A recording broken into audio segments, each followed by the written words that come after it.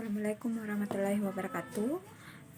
Bertemu lagi dengan saya Mina dari Prodi Agribisnis dengan NIM 091058091111 mata kuliah Manajemen Industri Hasil Pertanian.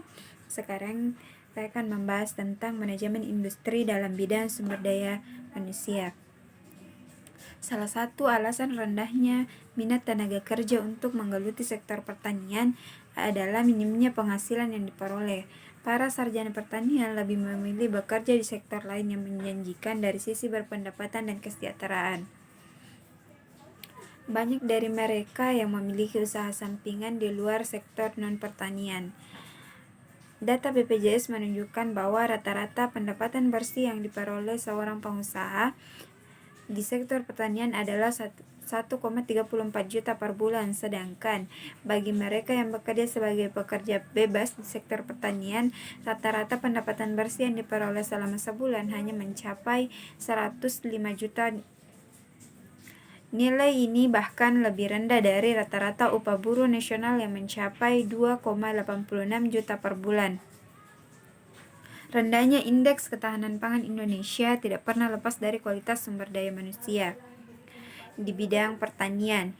Untuk menghasilkan petani yang berkualitas dan andal yang bisa melakukan lompatan kemajuan untuk bersaing dalam menghasilkan produk pertanian unggul dan berdaya saing, Pemerintah melalui Departemen Pertanian merasa perlu adanya mengembalikan kualifikasi para petani yang sekarang dianggap kurang berpendidikan dan keterampilan menjadi petani yang terdidik, terampil, profesional, dan mampu menerapkan modernisasi pertanian.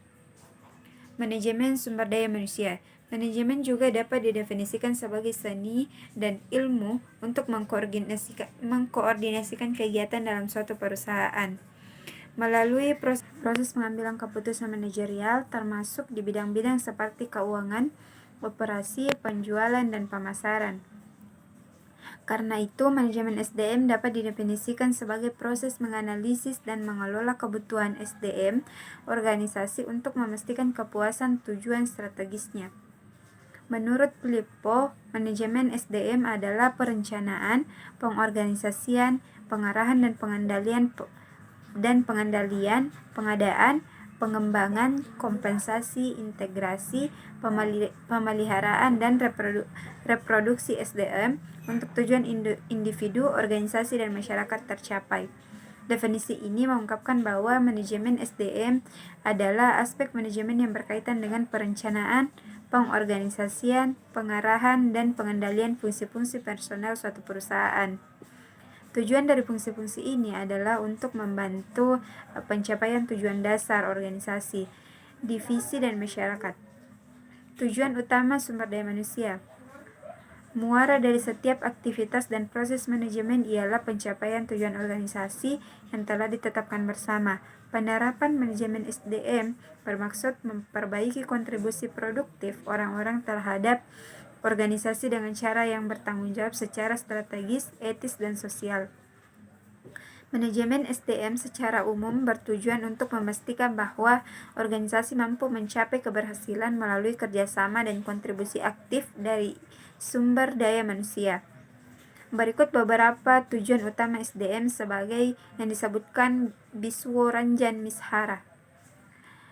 Yang pertama itu untuk membantu organisasi mencapai tujuannya. Yang kedua untuk menggunakan keterampilan dan kemampuan tenaga kerja secara efisien. Yang ketiga untuk menyediakan organisasi dengan karyawan yang terlatih dan termotivasi dengan baik. Yang keempat untuk meningkatkan kepuasan kerja dan aktualisasi diri.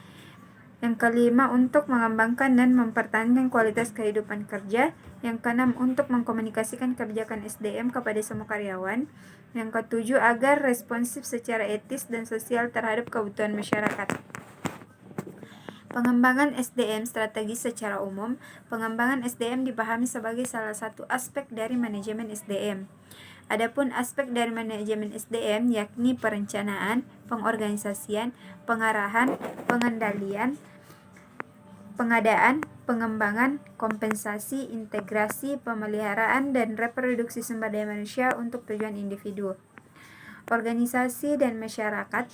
Pengembangan SDM strategis adalah salah satu aspek dari manajemen SDM. Menurut Prof. Wilson, bangunan pengembangan sumber daya manusia adalah proses untuk meningkatkan pengetahuan dan keterampilan karyawan untuk mencapai tujuan yang efektif dan efisien. Tujuan pengembangan SDM strategis. Tujuan mendasar dari pengembangan SDM strategis adalah untuk meningkatkan kemampuan sumber daya sesuai dengan keyakinan bahwa SDM dari suatu organisasi merupakan sumber utama keunggulan kompetitif. Hal ini menurut Noe Raymond tahun 2010. Oleh karena itu, pengembangan SDM strategis adalah tentang memastikan bahwa orang-orang berkualitas yang tepat tersedia untuk memenuhi kebutuhan sekarang dan masa depan. Hal ini dicapai dengan menghasilkan kerangka kerja yang kohen dan komprehensif untuk mengembangkan manusia. Itulah materi terakhir dari manajemen industri hasil pertanian.